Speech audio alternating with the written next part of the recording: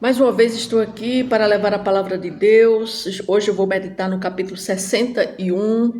Já estou próximo encaminhando para o final do livro de Isaías, que são 66 capítulos.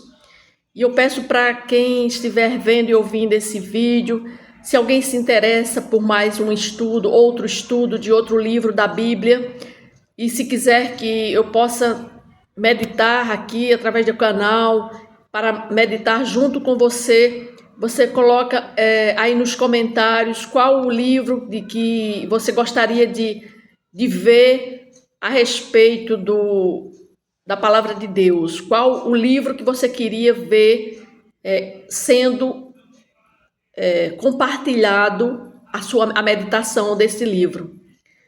Hoje vamos ler o capítulo 61 do livro de Isaías, onde aqui Isaías vai revelar a missão de Jesus, pelo qual Jesus veio aqui nessa terra, né? Mas antes eu vou fazer uma oração. Senhor Deus Todo-Poderoso, mais uma vez estou aqui, Senhor, diante da Tua palavra, que o Senhor Jesus me ajude a interpretar esse capítulo, que o Senhor me ajude, Senhor Jesus, a repassar o estudo desse capítulo, Senhor, onde fala a respeito da missão do Senhor Jesus. Essa missão, Senhor, que o Senhor também quer que nós possamos também ter essa mesma missão aqui nessa terra, que é levar e apregoar as boas novas, o Evangelho, que o Senhor possa, meu Deus, falar conosco, falar no nosso coração. É o que eu te peço no nome de Jesus. Amém.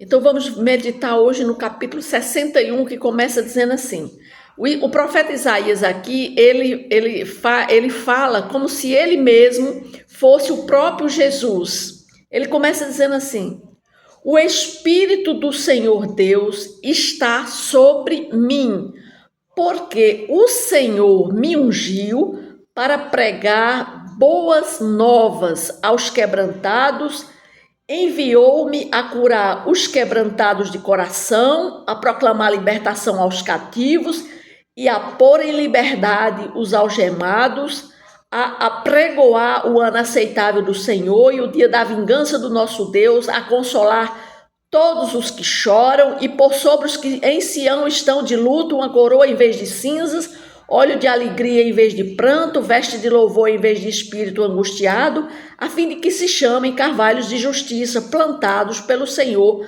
para a sua glória.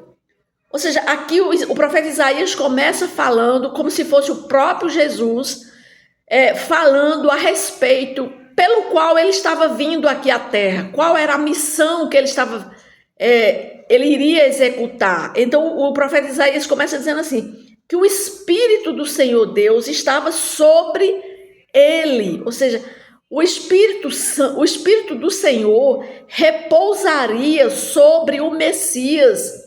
Isso indica a presença de Deus na vida do Messias, ou seja, o próprio Deus encarnado em um corpo humano. Ou seja, isto simboliza a autoridade celestial que ele receberia. Ou seja, o Senhor Jesus receberia todo o poder. Ele diz que o Espírito do Senhor Deus está sobre mim, porque o Senhor me ungiu para... Aí ele começa a falar quais as missões que o Messias teria. Primeiro, pregar boas novas aos quebrantados. Ou seja, a missão do Messias, a missão de Jesus é clara. Ele seria o responsável, aquela pessoa que traria boas novas aos aflitos. Na verdade, ele viria a esse mundo para salvar aqueles que estavam nas trevas, perdidos, e ele viria resgatar das mãos do inimigo. Ou seja, lá em João 3,16 diz, porque Deus amou o mundo de tal maneira que deu seu único filho para que todo aquele que nele crê não pereça, mas tenha a vida eterna. Então a primeira missão de Jesus seria pregar boas novas. Quais foram as primeiras palavras que Jesus, quando ele começou a pregar? ele disse: arrependei-vos e crede no Evangelho. Essas foram as primeiras palavras de Jesus quando ele começou a pregar. Então, a primeira missão dele foi pregar boas novas, ou seja, anunciar o reino de Deus a quem? Aos quebrantados, aqueles que estavam sem luz, aqueles que estavam escravos do pecado, aqueles que estavam habitando na escuridão.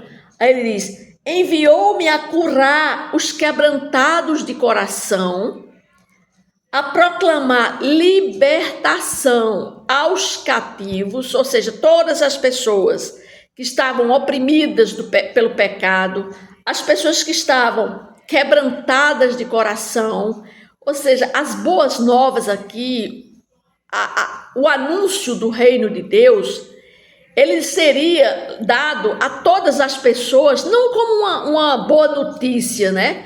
Mas como a salvação, ou seja, Jesus iria pregar palavras que iriam salvar aquelas pessoas. E até hoje, a palavra de Deus, ou seja, se a palavra de Jesus naquela época fisicamente foi para transformar vidas, pessoas, então ele deixou entre nós a sua palavra também, só que ele não está fisicamente, mas a palavra dele está entre nós. Então essa palavra também tem o mesmo poder de transformar, de quebrantar corações, de libertar, dar liberdade aos cativos. Ou seja, essa mesma palavra, ela acontece da mesma forma como quando Jesus, ou seja, ela tem a mesma missão de libertar cativos, de quebrantar corações, de pôr liberdade os algemados. Aí diz no versículo 2: a apregoar o ano aceitável do Senhor e o dia da vingança do nosso Deus. Quando ele diz apregoar o ano aceitável do Senhor, ele está dizendo que esse ano aceitável é uma metáfora que é para uma nova era, ou seja, Jesus veio para implantar aqui o reino de Deus nesse ano aceitável, ou seja, nessa época, ou seja, nesse tempo. Então, todo o tempo, desde a sua vinda até hoje, é o ano aceitável do Senhor. E ele veio também para o dia da vingança do nosso Deus, ou seja, Deus, enviou seu filho para vir aqui e botar o poder de Satanás debaixo dos seus pés. Então, todos os inimigos de Deus, Jesus veio para se vingar contra os seus inimigos. É tanto que no capítulo 63 nós vamos ver o Deus quando ele vem para vingar o seu povo. Então, no versículo 3 diz assim: e a pôr sobre os que em Sião estão de luto uma coroa em vez de cinzas, óleo de alegria em vez de pranto, veste de louvor em vez de espírito angustiado, a fim de que se chamem carvalhos de justiça, plantados pelo Senhor para a sua glória. Ou seja, ele estava falando aqui que Jesus viria para... Ele diz assim: e a pôr sobre os que em Sião estão de luto. Ou seja, ele veio para os que estavam em Sião. Aqui ele fala a respeito da Jerusalém, para que quando Jesus viesse, a Jerusalém ela iria ser conhecida no mundo inteiro, e as pessoas que habitavam lá, tanto em Sião, na Jerusalém, como no mundo inteiro, seria para pôr os que em Sião estão de luto uma coroa em vez de cinzas. Ou seja, porque o mundo, né, estava envolvido na escuridão do pecado, então Jesus viria para pôr uma coroa em vez de cinzas. Ele iria mudar a situação, não só do povo de Jerusalém, da nação de Israel, mas a condição de toda a humanidade. Ele diz: óleo de alegria em vez de pranto, a fim de que se chamem carvalhos de justiça. Então todos aqueles que foram transformados pelo poder do Messias, da pregação do Evangelho, pela presença física de Jesus naquela época, que foram transformados pelo poder de Deus, e hoje também todos que são transformados pelo poder da palavra de Deus são chamados carvalhos de justiças, plantado pelo Senhor para a sua glória. Então todos, Jesus veio para aquela época para chamar todos os quebrantados, os doentes, os cativos, para proclamar liberdade, para pregoar o ano aceitável, ou seja, para pregoar a nova época que estava surgindo, que estava vindo, para que todos se transformassem e mudassem a sua condição de luto para uma coroa em vez de cinzas, né? Para a condição de óleo de alegria em vez de pranto, ou seja, as pessoas iriam ser transformadas e elas iriam ser chamadas de carvalhos de justiça plantados pelo Senhor para a sua glória. Então, quando diz plantados pelo Senhor, significa dizer que é Ele que nos convida, é Ele que nos chama, é Ele que nos escolhe, é Ele que nos traz para o seu reino, para que nós possamos ser membros, instrumentos para a sua glória. Aí no versículo 4 diz assim: edificarão os lugares antigamente assolados, restaurarão os de antes destruídos e renovarão as cidades arruinadas, destruídas de geração em geração. Então aqui ele começa a falar sobre a restauração de Israel, porque Israel foi uma nação que sofreu com tantas assolações, invasões, foi assolada pelos assírios, pelo Egito, por Edom, por tantas nações que assolaram a nação de Israel, que as muralhas de Jerusalém foram as ruínas. Aí ele diz: edificarão os lugares antigamente assolados, restaurarão os de antes destruídos e renovarão as cidades arruinadas, destruídas de geração em geração. No versículo 5 diz: estranhos se apresentarão e apacentarão os vossos rebanhos, estrangeiros serão os vossos lavradores e os vossos vinhateiros. Ou seja, o que Jesus estava falando aqui através do profeta Isaías é dizendo que, falando dessa renovação, dessa restauração da cidade de Jerusalém, da nação de Israel, que ela começaria com a promessa inicialmente de edificação das suas ruínas, das ruínas antigas. E isso era um símbolo de restauração das glórias passadas do povo de Israel, porque antes do pecado ser infiltrado dentro da nação de Israel, antes deles se voltarem para outros ídolos, a nação de Israel tinha glória no passado. Então Deus estava dizendo que essa glória ela iria voltar. Por quê? Porque a nação de Israel agora ela iria ser restaurada por causa da vinda do Messias, que iria transformar a condição daquela nação num povo escolhido por Deus, que agora eles iriam obedecer, eles iriam agora ter um rei fisicamente entre eles, que era o Senhor Jesus.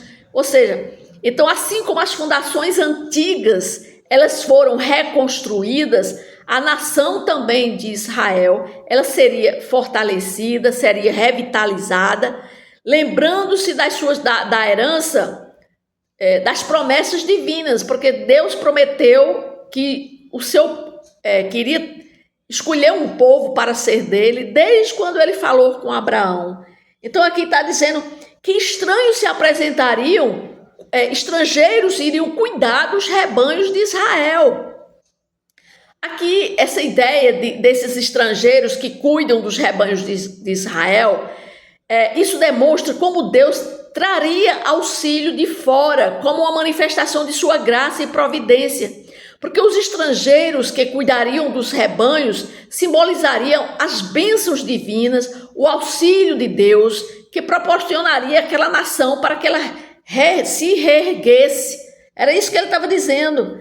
E aí no versículo 6 diz assim: mas vós sereis chamados sacerdotes do Senhor, e vos chamarão ministros de nosso Deus. Comereis as riquezas das nações, e na sua glória vos gloriareis. Ou seja, eles iriam receber auxílio de fora, e eles mesmos seriam chamados de pessoas especiais de Deus, de ministros, de sacerdotes do Senhor.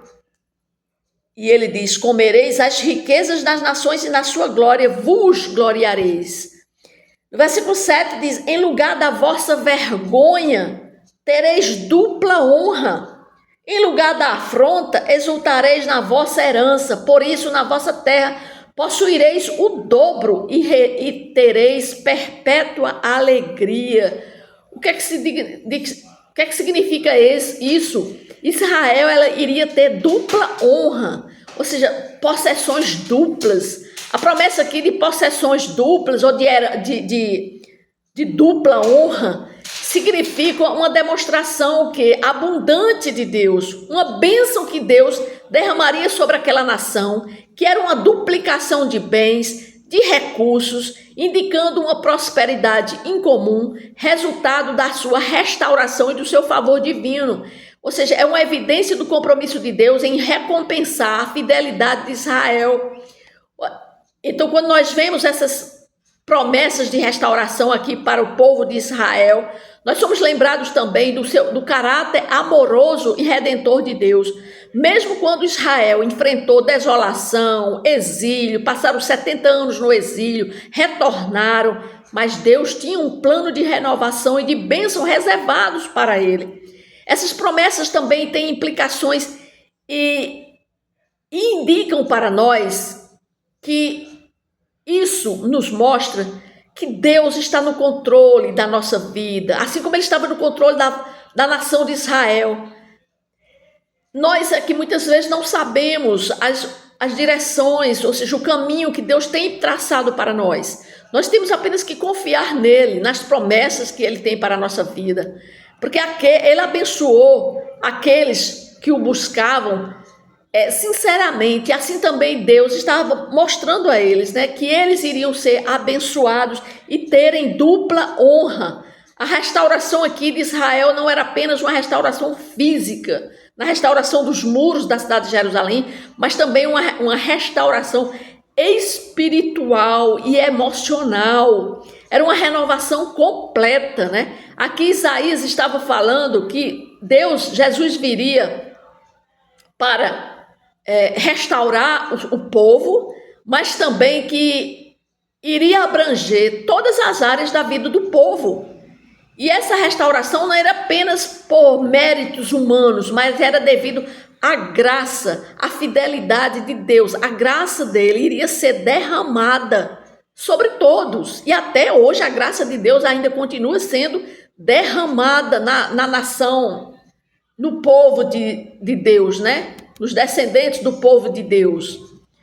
E ele diz assim, no versículo 10, regozijar-me-ei muito no Senhor, a minha alma se alegra no meu Deus, porque me cobriu de vestes de salvação e me envolveu com um manto de justiça, como noivo que se adorna de turbante, como noivo que se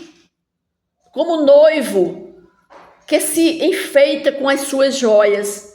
Porque como a terra produz os seus renovos e como o jardim faz brotar o que nele se semeia, assim o Senhor Deus fará brotar a justiça e o louvor perante todas as nações.